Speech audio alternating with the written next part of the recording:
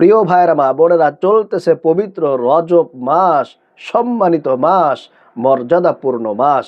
এই পবিত্র রজব মাসে যদি আপনারা আল্লাহ পাক রব্বুল আলামিনের শেখানো একটি ছোট্ট দোয়া, একটি তাসবিহ যদি পাঠ করতে পারেন, আল্লাহ তাআলা আপনার জীবন যৌবনের যত গুনাহ আছে সমস্ত গুনাহগুলোকে ক্ষমা করে আপনাকে নিষ্পাপ বেগুনাহ মাসুম বানায় দিবেন।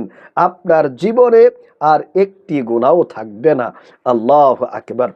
আপনার পরিবার সংসারের মধ্যে যত অভাব অনটন আছে, যত দারিদ্রতা আছে, দুঃখ কষ্ট আছে, অনেক অনেক ঋণ করে ফেলেছেন, ঋণ পরিশোধ করতে পারছেন না, তাহলে আমি বলবো আজকের এই পবিত্র রজব মাসে আপনি ছোট্ট দোয়াটি পড়তে মিস করবেন না। দোয়াটি পাঠ করবেন তো কপাল খুলতে থাকবে, ভাগ্য পরিবর্তন হতে থাকবে ইনশাআল্লাহ তাআলা। প্রিয় ভাইরা মা বোনেরা, জীবনে তো অনেক সময় এদিক সেদিক নষ্ট করেছেন। আমি বলবো আজকের এই ভিডিওটি আপনারা সম্পূর্ণ দেখে আজকের এই দোয়াটি আপনি শিখে যান। ইনশাআল্লাহ আমল করলে ফলাফল পাবেন। আপনার অভাব অনটন দারিদ্রতা আল্লাহ রাব্বুল আলামিন কুদরতিভাবে অলৌকিকভাবে দূর করে দিবেন ইনশাআল্লাহ তাআলা। আপনার জীবনের গুনাহগুলো ক্ষমা করে দিবেন। এই চোখ দিয়ে অনেক গুনাহ করেছেন, নাজায়েজ জিনিসপত্রের দিকে তাকিয়েছেন, অনেক টিভি সিনেমা দেখেছেন, আপনারা অনেক গুনাহ করেছেন এই চোখ দিয়ে। সুতরাং আপনার এই চোখের প্রত্যেকটা গুনাহকে আল্লাহ রাব্বুল আলামিন ক্ষমা করে দিবেন। আপনি এই জবান দিয়ে অনেক মিথ্যা কথা বলেছেন, আপনি অনেক মানুষের গীবত শেখায়ত করেছেন, মানুষকে কষ্ট দিয়েছেন, আল্লাহ রাব্বুল আলামিন এই জবানের গুনাহগুলোকেও ক্ষমা করে দিবে। আপনি এই হাত দিয়ে অনেক জুলুম করেছেন, অন্যায় করেছেন, মানুষকে কষ্ট দিয়েছেন, আল্লাহ রাব্বুল আলামিন হাতের গুনাহও ক্ষমা করে দিবেন। এই অন্তর দ্বারা, কলব দ্বারা আপনি অনেক আজে বাজে জিনিসের কথা চিন্তা করেছেন, কল্পনা করেছেন, আল্লাহ রাব্বুল আলামিন এই কলবের গুনাহও ক্ষমা করে দিবেন। এই কান দিয়ে যত গান বাজনা শুনেছেন, অশ্লীল কথা বার্তা আপনি শুনেছেন, আল্লাহ তাআলা এই কানের গুনাহও ক্ষমা করে দিবেন। আল্লাহু আকবার। এজন্য প্রিয় ভাইয়েরা মা বোনেরা, আমি আপনাদেরকে অনুরোধ করে বলবো আজকে এই পবিত্র রজব মাসে, যেহেতু খুবই গুরুত্বপূর্ণ একটা মাস চলতেছে, আল্লাহ রাব্বুল আলামিনের শেখানো ছোট্ট একটা দোয়া আমি যেই নিয়মে বলে দিব, সেই নিয়মটা ফলো করে যদি আমলটা করতে পারেন, দোয়াটা পাঠ করে আল্লাহর কাছে চোখের পানি ছেড়ে দিয়ে দোয়া করতে পারেন, মোনাজাত করতে পারেন, অবশ্যই আল্লাহ রাব্বুল আলামিন আপনাকে ক্ষমা করবেন, আপনার অভাব অনটনগুলো দূর করে দিবেন, আপনাকে পেরেশানি থেকে মুক্ত রাখবেন, বিপদ মুসিবত থেকে আপনাকে হেফাজত দান করবেন। যদি ঋণ থাকে সেই ঋণও আল্লাহ রাব্বুল আলামিন দূর করে দিবেন।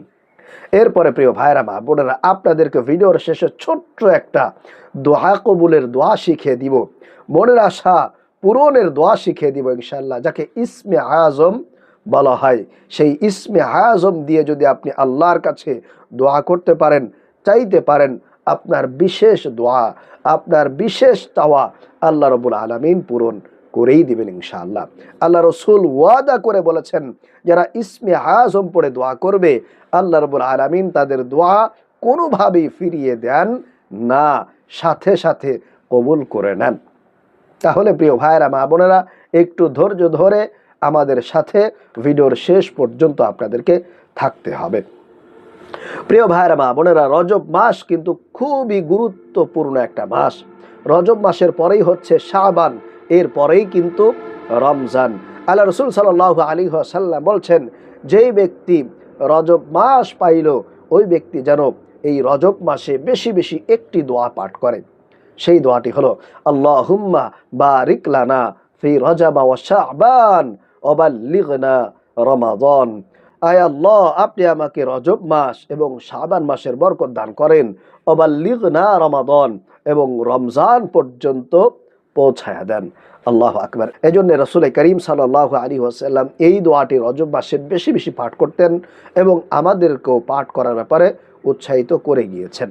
এজন্য সকলে আমরা এই দোয়াটি বেশি বেশি পাঠ করব। তাহলে প্রিয় ভাইয়েরা মা বোনেরা, চলুন আমি আপনাদেরকে আমলের নিয়মটি বলে দিই। যে আমল করলে, যে দোয়া করলে, যে তাসবিহটি পাঠ করলে আল্লাহ রাব্বুল আলামিন খুশি হয়ে যাবেন। খুশি হয়ে আপনার জীবন যৌবনের যত গুনাহ আছে সমস্ত গুনাহগুলোকে আল্লাহ রাব্বুল আলামিন ক্ষমা করে আপনাকে নিষ্পাপ বেগুনাহ মাসুম বানায় দিবেন। তাহলে আপনারা যখন এই আমলগুলো করবেন তখন একটু ওযু করে পবিত্রতা অর্জন করে নেবেন। যদি আপনার সম্ভব হয় তাহলে অবশ্যই ওযু করে নেওয়ার চেষ্টা করবেন। আর ওযুর শুরুতে আপনারা পড়বেন বিসমিল্লাহ বিসমিল্লাহ বিসমিল্লাহ, শুধুমাত্র একবার পড়বেন বিসমিল্লাহ। বিসমিল্লাহ বলেই আপনি ওযুটা করবেন। তাহলে আপনার ওযুটা পরিপূর্ণ হবে, সুন্দর হবে, অসম্পূর্ণ হবে না। কারণ যেই ওযুর মধ্যে বিসমিল্লাহ থাকে না ওই ওযুটা অসম্পূর্ণ হয়ে যায়, ওই ওযুর মধ্যে কোনো বরকত থাকে না, সওয়াবও পাওয়া যায় না। এই জন্য সকলে একটু কষ্ট করে ওযু করবেন আর ওযুর শুরুতে বিসমিল্লাহ পড়বেন। তাহলে প্রিয় ভাইয়েরা মা বোনেরা, ওযু সহকারে আপনি সুন্দর পরিষ্কার একটি পবিত্র জায়গায় বসে যাবেন। বসার পরে এক নম্বরে আপনারা 11 বার ইস্তিগফার পাঠ করবেন। আমি আপনাদেরকে এই ইস্তিগফারটি পাঠ করে দিচ্ছি, সকলে আপনারা ইস্তিগফার পাঠ করবেন।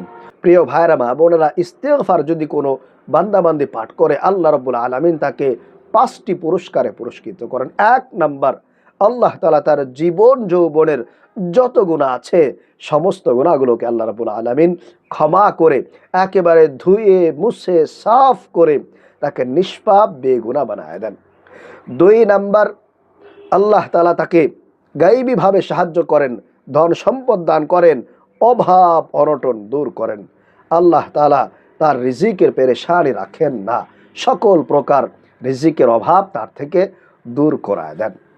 3 নাম্বার, আল্লাহ রাব্বুল আলামিন তাকে নেককার সালেহ সন্তান দান করেন। 4 নাম্বার, আল্লাহ তাআলা তাকে জান্নাত দেন এবং 5 নাম্বার, সর্বোপরি তাকে জান্নাত থেকে শরবত পান করান। আল্লাহু আকবার। এজন্য অবশ্যই, বিশেষ করে পবিত্র রজব মাস চলতেছে, যেই মাসে যুদ্ধ হারাম ছিল, যেই মাসে আগের জামানায় নবীর যুগে কোনো প্রকার যুদ্ধ হতো না, কাফের বেঈমান মুশরিক এরাও কিন্তু এই মাসটাকে সম্মান করত, মর্যাদা দিত। এই মাসের সম্মানের কারণে, মর্যাদার কারণে এই মাসে তারা কোনো যুদ্ধ করত না। তাহলে প্রিয় ভাইয়েরা মা বোনেরা, আপনারা সুন্দর করে ওযু করে পবিত্রতা অর্জন করে 11 বার ইস্তিগফার পাঠ করবেন এইভাবে, আস্তাগফিরুল্লাহ ওয়া আতুবু ইলাইহি, আস্তাগফিরুল্লাহ ওয়া আতুবু ইলাইহি, আস্তাগফিরুল্লাহ ওয়া আতুবু ইলাইহি। মনে মনে গুনাহের কথা স্মরণ করবেন, আল্লাহর কাছে ওয়াদাবদ্ধ হবেন যে আল্লাহ অনেক গুনাহ করেছি, অনেক ভুল করেছে। আল্লাহ রমজান তো চলেই আসলো, আর মাত্র 2টা মাস বাকি, রজব চলছে, মাঝখানে শাবান, এরপরেই রমজান। আয় আল্লাহ মেহেরবানি করে ক্ষমা করে দেন। এইভাবে করে মনে মনে আপনি অনুনয় বিনয় করে করে জবান দিয়ে পড়বেন, আস্তাগফিরুল্লাহ ওয়া আতুবু ইলাইহি, আস্তাগফিরুল্লাহ ওয়া আতুবু ইলাইহি। এইভাবে তাসবিহ থাকলে একটা তাসবিহ নেবেন, আস্তাগফিরুল্লাহ ওয়া আতুবু ইলাইহি, আস্তাগফিরুল্লাহ ওয়া আতুবু ইলাইহি। মন থেকে পড়ার চেষ্টা করবেন।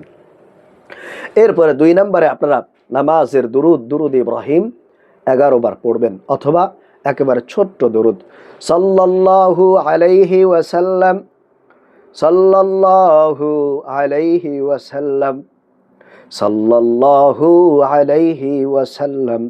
এইভাবে করে করে আপনারা এই ছোট্ট দুরুদ শরীফটি 11 বার পড়বেন। অবশ্যই আল্লাহ রসুলের প্রেম নিয়ে, মহব্বত নিয়ে, আল্লাহ রসুলকে খুশি করার জন্য, সন্তুষ্ট করার জন্য আপনারা দুরূদ শরীফগুলো পাঠ করবেন। এরপরে 3 নম্বরে আপনাদের গুনাহগুলো ক্ষমা করার জন্য আল্লাহ রাব্বুল আলামিনের শেখানো পবিত্র কোরআন আল কারীমে বর্ণিত এই ছোট্ট দোয়াটি অবশ্যই আপনারা 11 বার পড়বেন। যদি আল্লাহ রাব্বুল আলামিন আপনাকে ক্ষমা করে দেন, আল্লাহ তাআলা যদি আপনার উপরে সন্তুষ্ট হয়ে যান, তাহলে আপনার আর কিছুই প্রয়োজন নাই। আল্লাহ রাব্বুল আলামিন আপনার জন্য যথেষ্ট হয়ে যাবেন ইনশাআল্লাহ তাআলা। তাহলে সেই দোয়াটি আপনারা 11 বার পড়বেন। দোয়াটি হলো, রব্বি ইন্নী যালামতু নাফসি ফাগফিরলি, রব্বি ইন্নী যালামতু নাফসি ফাগফিরলি, রব্বি ইন্নী যালামতু নাফসি ফাগফিরলি, রব্বি ইন্নী যালামতু নাফসি ফাগফিরলি। আপনারা এইভাবে করে 11 বার পড়বেন। এরপরে 4 নম্বরে আল্লাহ রাব্বুল আলামিন যেই দোয়াটি পাঠ করলে আপনার দোয়া, আপনার মনের আশা, আপনার চাওয়া কবুল করবেনই করবেন, আপনার দোয়া ফিরে দিতে লজ্জাবোধ করেন। আল্লাহ রসুল যেই দোয়ার ব্যাপারে ওয়াদা করে বলেছেন, কসম করে বলেছেন, ও আমার উম্মতেরা, তোমরা যদি তোমাদের দোয়াগুলোকে কবুল করাইতে চাও তাহলে ইসমে আজম পড়ে দোয়া করো। আল্লাহু আকবার। সেই ইসমে আজমই আপনাদেরকে এখন শিখিয়ে দিচ্ছি। এই ইসমে আজম পড়ে আল্লাহর কাছে দোয়া করবেন, মুনাজাত দিবেন। আপনার মনের যে চাওয়া আছে, মনের যে আশা আকাঙ্ক্ষা এতদিন পর্যন্ত আপনি লালন করে এসেছেন কিন্তু পূরণ হয় নাই, আজকে আপনি এই ইসমে আজম পড়ে এরপরে আপনার সেই মনের আশাটা আল্লাহর কাছে বলবেন, ব্যক্ত করবেন। সেই দোয়াটি হলো,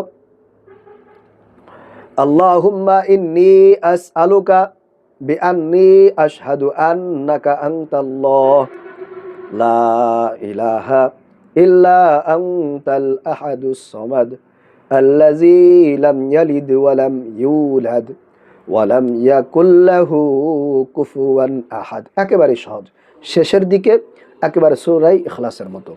আবার বলছি, আল্লাহুম্মা ইন্নী আসআলুকা বিআন্নী আশহাদু আন্নাকা আনতাল্লাহ লা ইলাহা ইল্লা আনতাল আহাদুস সামাদ আল্লাযী লাম ইয়ালিদ ওয়া লাম ইউলাদ ওয়া লাম ইয়াকুল লাহু কুফুয়ান আহাদ। এই দোয়াটি 11 বার পড়ে এরপরে আপনি মুনাজাত করবেন। তবে তার আগে আরেকটি দোয়া আপনাদেরকে শিখিয়ে দিব, সেটা হলো বিশেষ করে আপনার ঋণ মুক্তির জন্য। আপনার অনেক ঋণ হয়ে গিয়েছে, অনেক মানুষের কাছ থেকে আপনি টাকা এনেছেন, আপনার অভাবের সময়, আপনার বিপদের সময় আপনি টাকাগুলো এনেছিলেন কিন্তু তাদেরকে সেটা ফেরত দিতে পারছেন না, পাওনা টাকা আপনি আদায় করতে পারছেন না, মানুষেরা আপনাকে বিভিন্ন রকম কথা শোনাচ্ছে, আপনাকে অপমান করতেছে, আপনি নিজে অপদস্থ হইতেছেন বিভিন্ন জায়গায়। এজন্য আমি বলবো আপনারা বিশেষ করে এই ঋণ মুক্তির জন্য এই দোয়াটি 11 বার পড়বেন। ঋণ মুক্তির জন্য আপনারা এই দোয়াটি 11 বার পড়বেন। সেই দোয়াটি হলো, আল্লাহুম্মা কফিনি বিহালালিকা আন হারামিকা ওয়া আগনিনি বিফাদলিকা আম্মান সিওয়াকা। আল্লাহুম্মা কফিনি বিহালালিকা আন হারামিকা ওয়া আগনিনি বিফাদলিকা আম্মান সিওয়াকা। এই দোয়াটি পড়ে আপনারা আবারও সর্বশেষ 11 বার দুরূদ শরীফ পড়ে আল্লাহর কাছে দুহাত তুলে অনুনয় বিনয় করে চোখের পানি ছেড়ে দিয়ে আল্লাহর কাছে চাইবেন, বলবেন যে আল্লাহ তুমি আমাকে মাফ করে দাও, ক্ষমা করে দাও, আল্লাহ আমার অভাব অনটনগুলো দূর করে দাও, পরিবার সংসারে বরকত দাও, রহমত দাও, গায়বী রিজিক আল্লাহ তুমি আমাকে দান করো, আমাকে সাহায্য করো। এইভাবে করে করে আল্লাহর কাছে অনুনয় বিনয় করে একেবারে চোখের পানি ছেড়ে দিয়ে যদি আপনি আল্লাহর কাছে চাইতে পারেন, একেবারে মন থেকে যদি আপনি আল্লাহর কাছে বলতে পারেন, তাহলে অবশ্যই দিবেন। কেন দিবে না? আল্লাহর কাছে ধনভাণ্ডারের অভাব নাই, শুধু আমাদের অভাব হচ্ছে আমরা আল্লাহর কাছে চাওয়ার মতো চাইতে পারি না, বলার মতো বলতে পারি না, আল্লাহকে খুশি করতে পারি না। যদি আপনি অবশ্যই চাইতে পারেন, বলার মতো বলতে পারেন, অবশ্যই আল্লাহ রাব্বুল আলামিন আপনার দোয়া, আপনার মোনাজাত, আপনার সকল অভাব অনটন আল্লাহ রাব্বুল আলামিন দূর করে দিবেন ইনশাআল্লাহ তাআলা। আশা করে বুঝতে পেরেছেন। আল্লাহ রাব্বুল আলামিন আমাদেরকে এই দোয়াগুলোর মাধ্যমে আমাদের মনের আশা, আমাদের অভাব অনটনগুলোকে দূর করার তৌফিক দান করুন। আমিন।